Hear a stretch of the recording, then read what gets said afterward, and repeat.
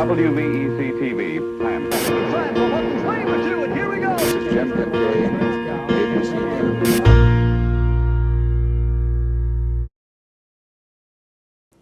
It was the stuff of legends immortalized in Top Gun. After 36 years of service, the Navy's F-14 Tomcat was retired in September of 2006. I was there at Naval Air Station Oceana to witness the aircraft's final flight. I invite you on this look back at the historic ceremony as Hampton Roads and the nation bid farewell to this iconic fighter jet.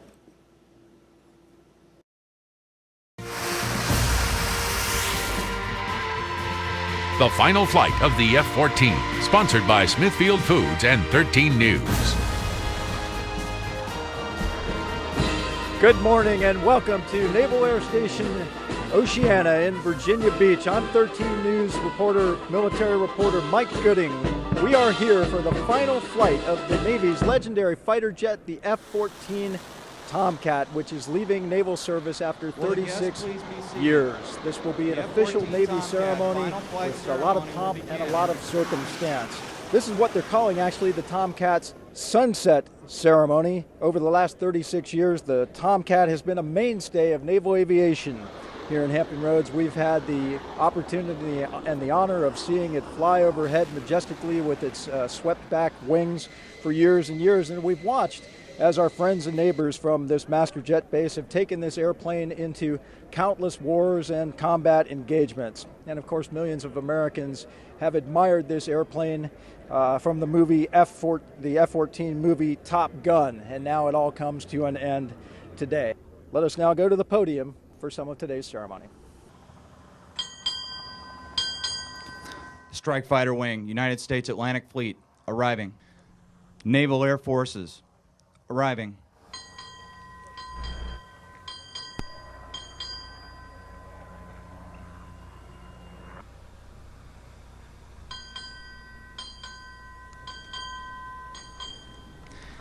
United States Fleet Forces, arriving.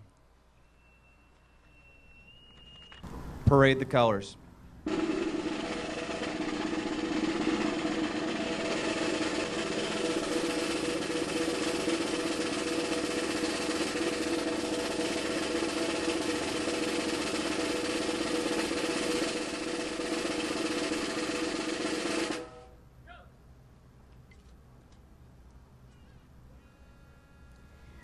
Oh, say, can you see by the dawn's early light what so proudly we hailed at the twilight's last gleaming, whose broad stripes and bright stars through the perilous fight o'er the ramparts we watched were so gallantly streaming, and the rockets' red glare, the bombs bursting in air, gave proof through the night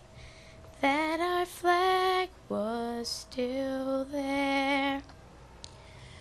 Oh, say, does that star-spangled banner yet wave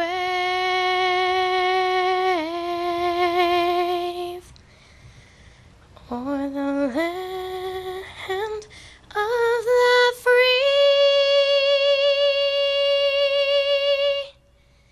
and the home of the brave?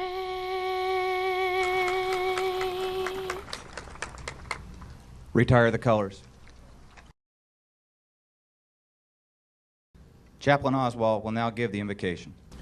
Please join me in a word of prayer. Almighty God, we pause at the start of this ceremony to acknowledge and call upon you. This is not exactly a commemoration, but there are many things to be remembered. And not exactly a funeral, but a letting go of things that have passed away. and not really a retirement, although there's gratitude for years of service. Yet on all significant occasions like this, we are drawn to seek your divine favor. And so we ask that you would bless all those that have built Tomcats, those that have worked on them, those that have flown them. We ask your blessing upon the families of those select few that have given the highest sacrifice in Tomcats. Most especially, we pray for your blessing upon everyone that enjoys the freedoms and liberties to which Tomcats have contributed. And it is in this last sense that we call upon you most earnestly, because we recognize that the instruments for protecting our freedom have changed now, and they will change again. But you are the final cause behind every good thing that we enjoy and every virtue of our national character. You are the God that our fathers invoked at the country's first Continental Congress. You are the God that has preserved us from that day until this, and you are the God that we implore for your sovereign majesty and your gracious love to sweep back the wings of liberty and pilot this great land to her high calling. Amen. Ladies and gentlemen, Captain John McCandlish, Commander, Strike Fighter Wing, United States Atlantic Fleet. Thank you to the very talented Madeline Melnick for honoring us with her singing of the national anthem. Secretary Avilés, Congressman Pickett, Secretary Pinn, Admiral Nathman, Admiral Zortman, Mayor Oberndorf. Distinguished guests, ladies and gentlemen, welcome. Joining me today to bid farewell is Admiral Nathman, Commander, United States Fleet Forces, Admiral Zortman, Commander, Naval Air Forces, Mayor Oberndorf, and Mr. Scott Seymour, the Corporate Vice President and President of Northrop Grumman's Integrated Systems Sector. As we gather today to honor 36 years of Tomcat service, not only do we look back, but we look forward to the future of naval aviation. The Super Hornets on display represent the continuation of strike fighter excellence to which the Tomcat has made a significant contribution. Admiral Zortman, despite the fact that we are retiring the Tomcat today, I think you would agree that strike fighter mission of your Naval Air Force is in good hands. At this time, I would like to introduce the Honorable Myra Oberndorf, Mayor of Virginia Beach. In 1988, she became the city's first directly elected mayor and has served continuously in that capacity. She is a great friend to Naval Air Station Oceana who never misses a squadron homecoming. The Honorable Myra Oberndorf, Mayor of Virginia Beach.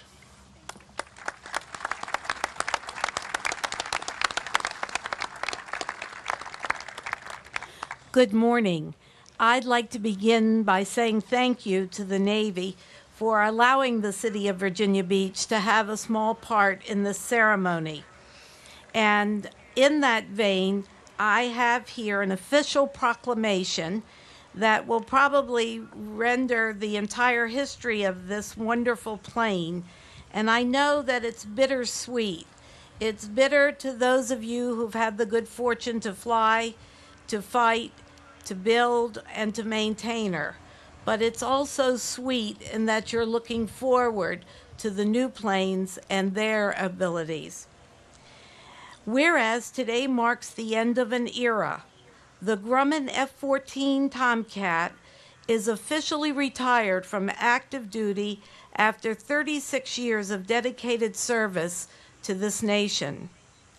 From its first flight on December 21, 1970, at the Grumman plant in Calverton, New York, with the chief test pilot, Robert Smith, in the front seat, and the project test pilot, William Miller, in the back seat, to its final Navy flight on September 22, 2006, at NAS Oceana in Virginia Beach.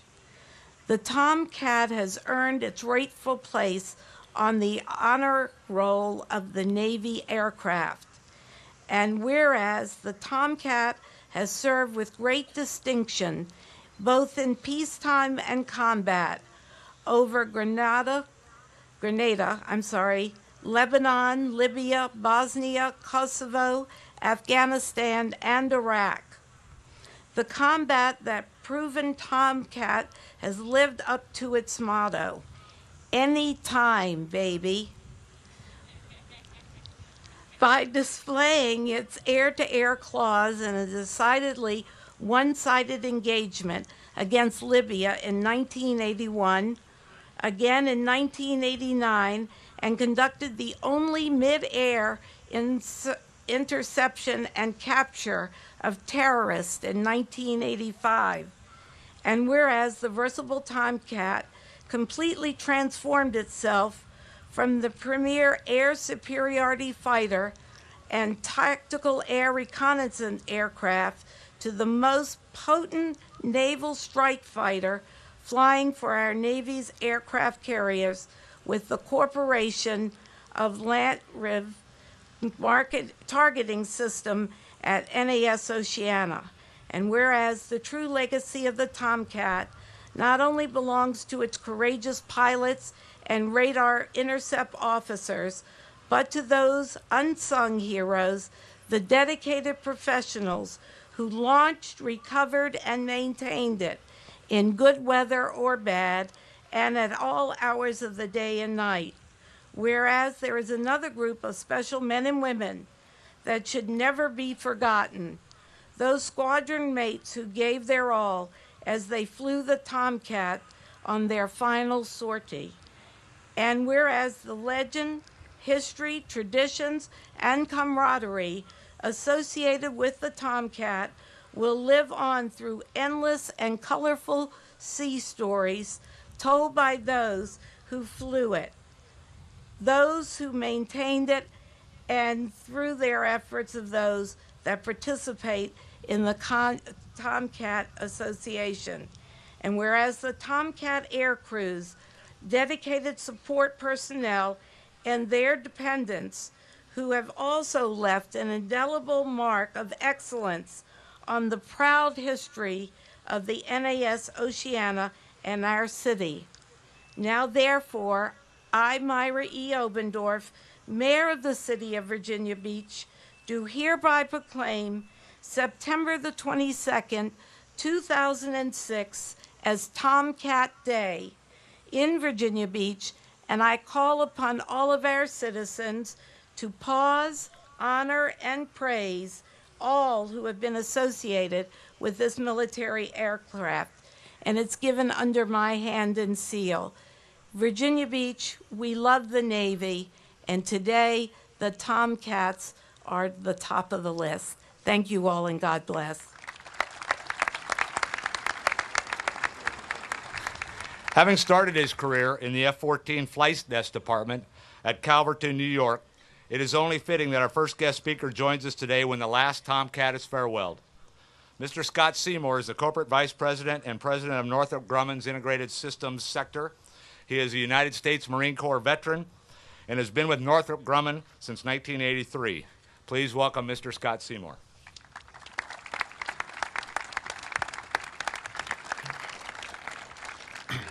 Thank you, Commodore, for that introduction, and I want to extend my personal welcome to all the distinguished visitors that we do have with us here today.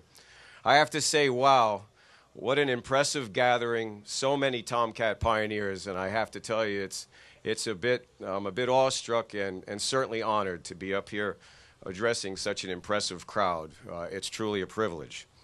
And what a fitting flagship event it is here today, only fitting for this tremendous jet, this legend of naval aviation that we're all here to celebrate. As a Tomcat community, we have much in common. Our love of naval aviation, and certainly as a community, our love of our Tomcat. In 1976, a Soviet pilot named Viktor Belenko defected to Japan with a MiG-25. In his book, MiG Pilot, he recounted that he and his fellow pilots respected the other aircraft in the NATO inventory, but they were terrified of the F-14. Just probably as good a compliment as you could get. Hours from now, the sun will set on the legendary record of an unrivaled aircraft as it takes its rightful place as a symbol of freedom. But a sunset ceremony is not the end. Tomorrow, that same sun will rise on its legacy of a Cold War won, of hot wars averted, of liberty defended, and of enemies vanquished. And though we may seem to be honoring an aircraft, in fact, we are all here to honor people, people of extraordinary character and quality. We are here to salute the vision that conceived the aircraft, the intellectual capital that engineered it, the pride of those who've built it, and the dedication of the sailors who maintained it, and the raw courage and icy nerve of the flight crews that flew it in defense of our country. The F-14 is being retired, but the human qualities that brought it about are still as vital as ever. I count my time on the line at Calverton, and certainly working here in Oceana, as truly among the happiest days in my professional life. And my company, Northrop Grumman, certainly counts it amongst many of its greatest accomplishments. Thank you all for coming to this event.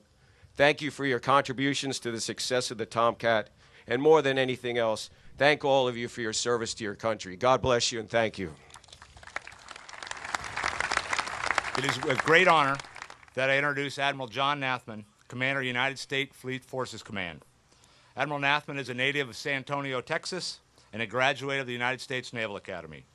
His naval career is highlighted by command of Strike Fighter Squadron 132, USS LaSalle and USS Nimitz, Carrier Group 7, and Naval Air Forces. He has flown over 40 different types of aircraft throughout his distinguished career, including the F-4 Phantom, the F-18 Hornet, and the F-14 Tomcat. It is my privilege to introduce Admiral Nathman.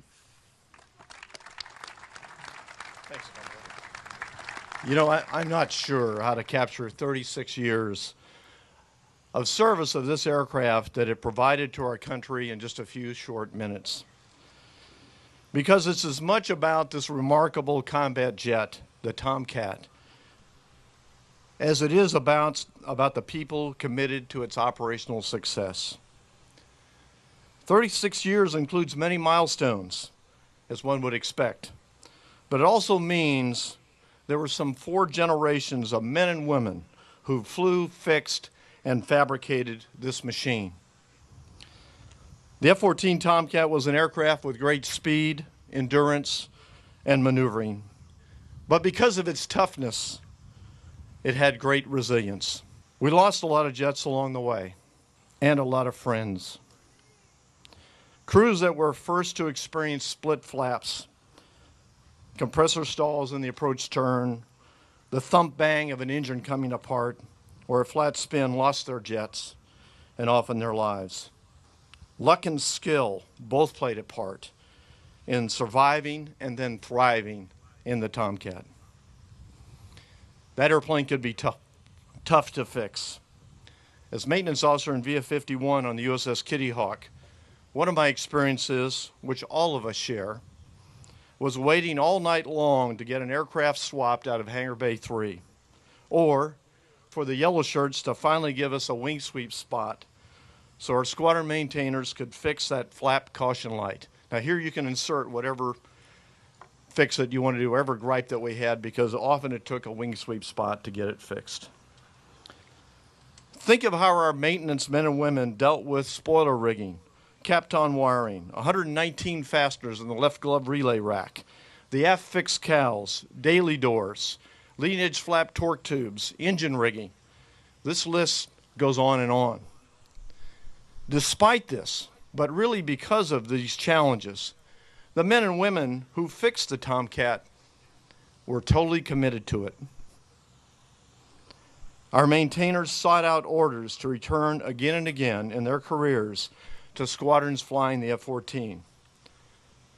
So as much as this ceremony is about the awesome physical presence of the F-14, the guts of that aircraft are as much human as they are hydraulic.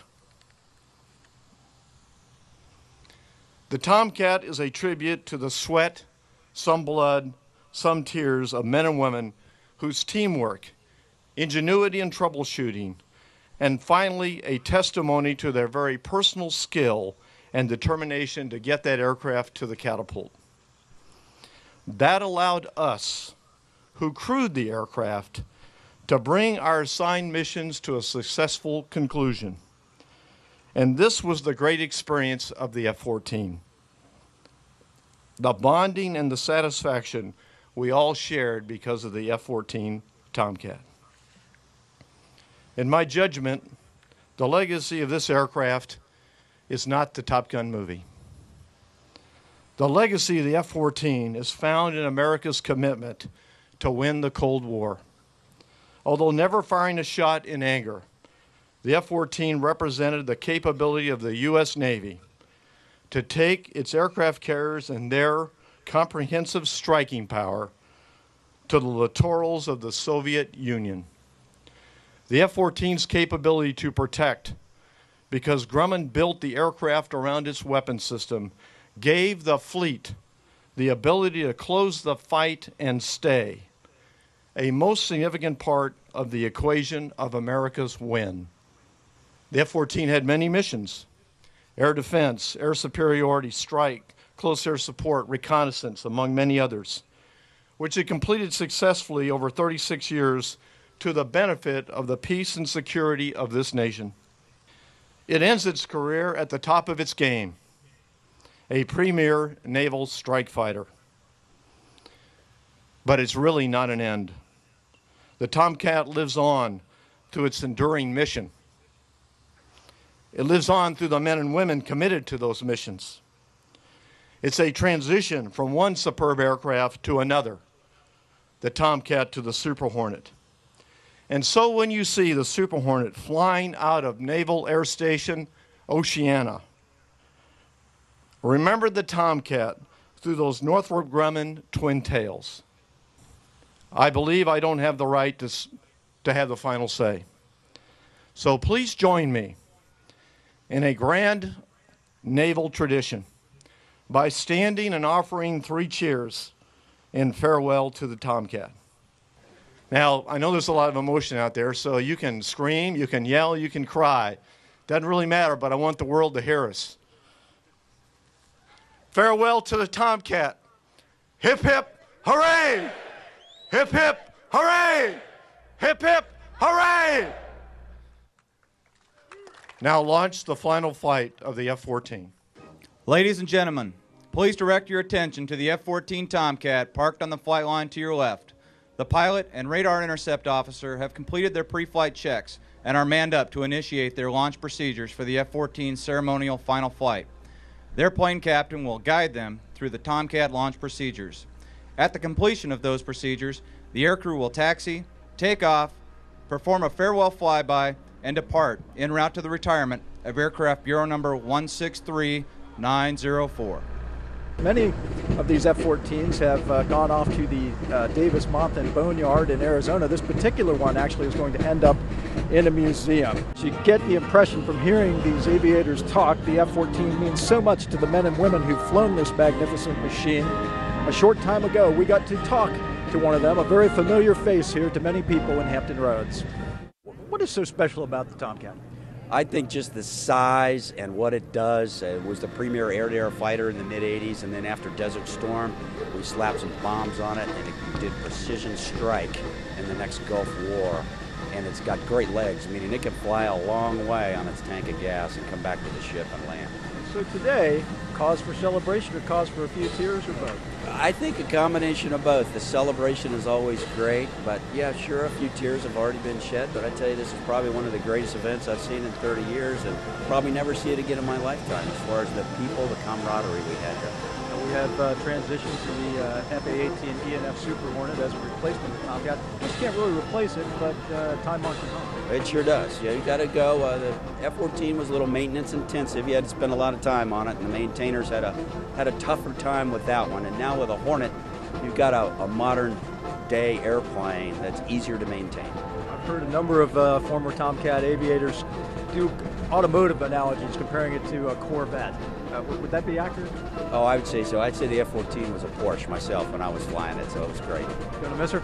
I sure am. All right. Skip Zobel, Captain, United States Navy retired, former commanding officer, Naval Station Oceana here in Virginia Beach, and F-14 radar intercept officer. Thank you, Skip.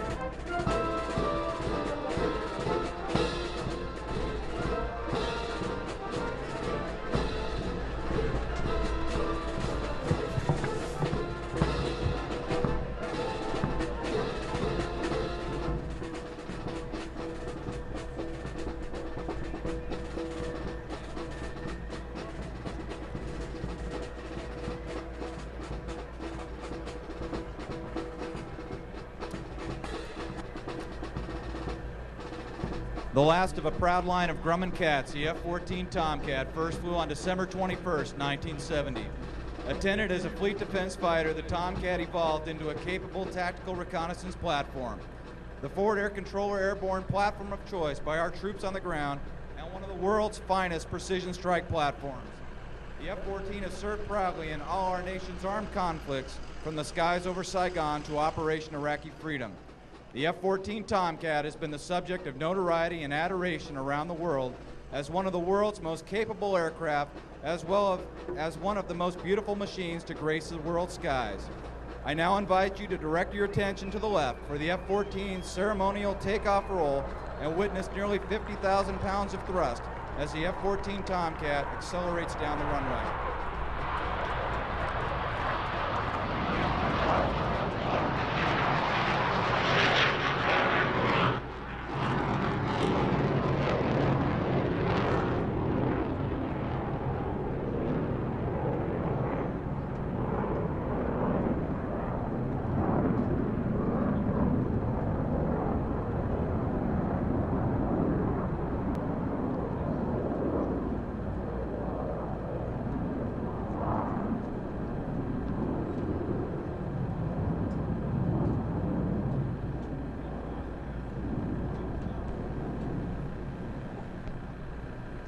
Ladies and gentlemen, please look to your left as the F-14 approaches the flight line for a planform pass with a wing swept aft in the 68-degree position.